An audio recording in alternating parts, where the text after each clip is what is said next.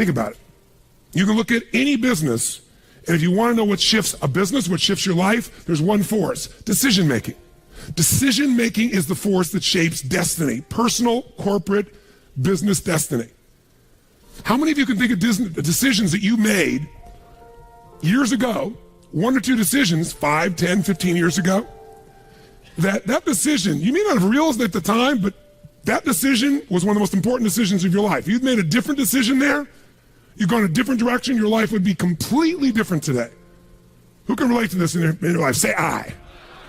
The secret then is getting darn good at making more effective decisions. Now, by the way, are we always going to make the right decision? Yes or no? Absolutely not. No way in a million years. But most people don't have the guts to make the tough decisions because they want to make the right decision, so they make no decision. And that's a decision. Isn't it true? And what happens is the world takes them over. So decision making is the power. Now, there's 3 decisions you're making every moment of your life and of your business. You're making it right now in this room. And if you're watching here on film especially, you might make some decisions because you're not in the environment that's different. But the first decision you're making every moment of your life that affects your life and business is, what are you going to focus on? Because whatever you focus on, you're going to feel. So as a business owner, every employee you have each day comes in and they make decisions about what to focus on. Some people focus on their own needs. Some people focus on the customer's needs. Is that going to change the quality of what your business does? How it does, yes or no? A little or completely? Completely. Some people focus on what they can't control every day. Can you predict, if you're focusing every day on what you can't control, how you're going to feel about your life or your business? You're going to be overwhelmed, you're going to be depressed, you're going to be frustrated. Right now, you're deciding what to focus on. You can be focusing on, okay, we're getting into it now. I got the energy, now we're going to get into the meat of this. You're right, all business is decision making. Better decisions, better life. Or you could be saying, wow, my neighbor smells after all that jumping up and down. Notice that focus, right? Whatever you focus on, you're going to experience though, true? Now, some people make a decision and then they focus on the decision about how it didn't work out versus what they learned. Because there are going to be plenty of decisions that don't work out. In fact, probably if we were honest, most of us forget them. But most of our decisions aren't necessarily the right decisions if we make gutsy ones. But the ultimate decision is the ability to choose again. So focus is a decision. It's happening right now. It's happening in your business. But here's what we're looking for. There's a pattern of focus. At some stages in business, as you're going to learn today, the focus of the entrepreneur in the business is increasing sales. And they increase sales, and when they're successful, they eventually fail. Because their sales are increasing, but what's not? Someone tell me, what's not? Profits. Some people are totally focused on profits. Can you make any company profitable, yes or no? Sure you can. Cut enough stuff, you can make any company profitable for a while. A day, a week, a month, a year, a decade. True? At different stages in a business, you must change your focus. There's a life cycle to a business. If you're going to make effective decisions, you got to know where you are on that life cycle. You make decisions differently for a teenager than a toddler, than a grown adult, don't you? Same thing's true in a business, in your life. So if you're going to control your life, the way you take control is by making new choices. If you don't like how things are, what do you got to do? Change it. And to change it, you have to make a decision. And by the way, leaders make decisions. That's what makes somebody a leader. They have the guts to make the most difficult decisions nobody else has the guts to make. And they know they're going to be wrong. But if they're wrong, what will they do? They'll know what they want, they see it's not working, and they'll do what? Change it, which means they'll make another decision, do something new, and see if it works. That's the essence of how we grow. So first decision controls your life is focus. Lots of patterns. Some people focus on what they can control, some focus on what they can't control. Some focus on customers, as I said, some focus on themselves. If you've made this whole business about meeting your needs, you can run a successful business, but it'll be a job. Because you'll never be able to sell it. Because if it's just meeting your needs, it's not a system.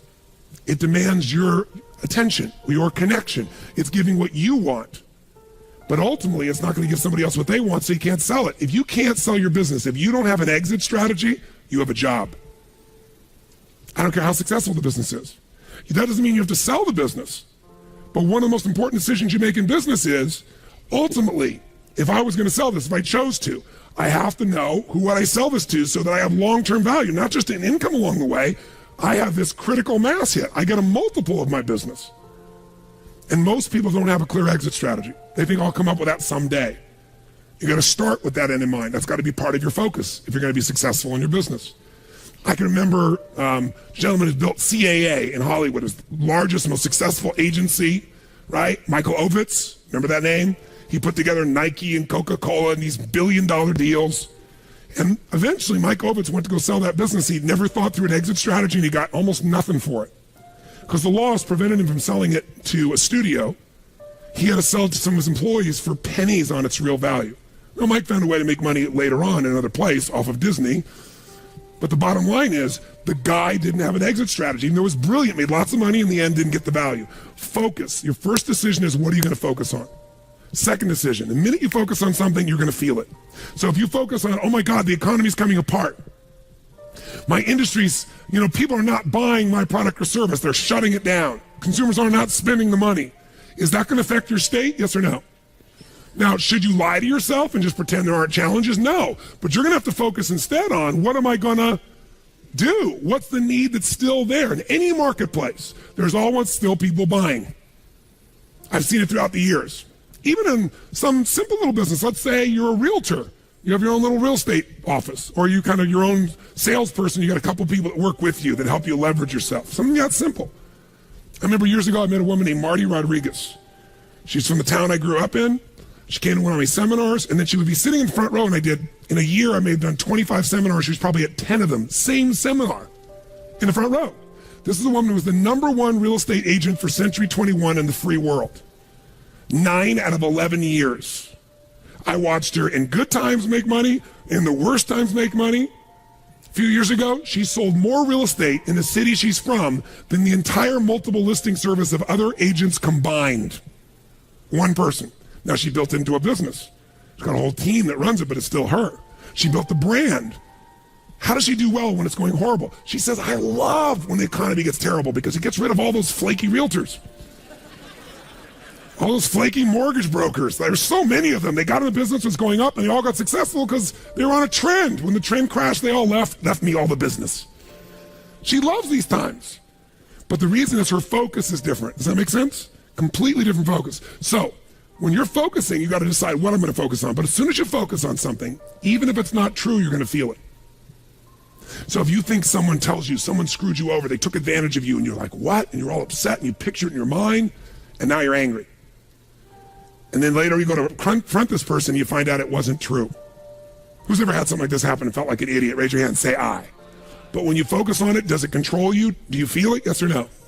So just write focus equals feeling. Whatever you focus on, you're going to feel. And as a leader, you're going to have to manage those feelings. And you're going to do it by managing your focus. By the way, if you're going to lead other people, do you have to create a focus for the company, for the organization to be successful? Yes or no? You got to find yourself, what are people focusing on? It's affecting all the decisions in the company. So as soon as you focus on it, finally get to decision number 2. Decision number 2 is, what does this mean? When you focus on something, you got to give it a meaning. Is this the end or the beginning? If you think this is the end of your business, the end of opportunity, the end of our economy, are you going to feel differently and act differently than if you think it's the beginning? Yes or no?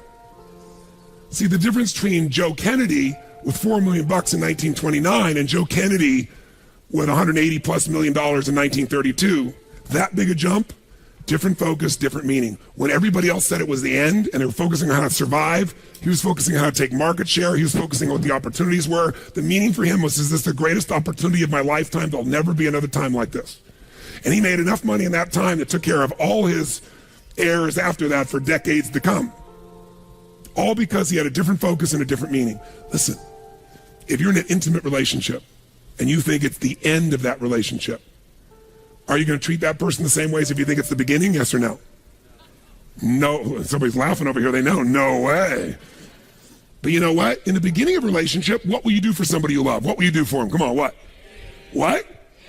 If they say, would you take out the trash? What do you say? I'll take out the trash, of course. What else would you like me to do? Isn't it true? After 3 or 4 years, they say, or 5 or 7, they go, will you take out the trash? Person goes, what do I look like, your janitor? And they go, I don't know what it is. We don't seem to have the same attraction. I don't know what happened. Here's what I tell people. Treat people at the end of the relationship like it's the beginning and there won't be an end. And that's not just your intimate relationship. What if your customers, what if you fell in love with your customers, with your clients, more than your product, more than your company? If your entire life was about meeting their needs, if you would do what for your customers and clients, you would do what? If you love your customers and clients, you do anything, guess what? They're going to love you. But most people love their customers and clients as long as they buy from them, do what they want, respond to them. And when they don't, they go, that's the end. You want clients for life, not just customers? Fall in love with them. It's a different focus, isn't it? It's a different meaning. And that creates a different life because you make decisions differently from that place. There's another meaning. Is this punishment in my business? Am I being punished by God? Or am I being challenged? Or is this actually a gift what I'm facing right now?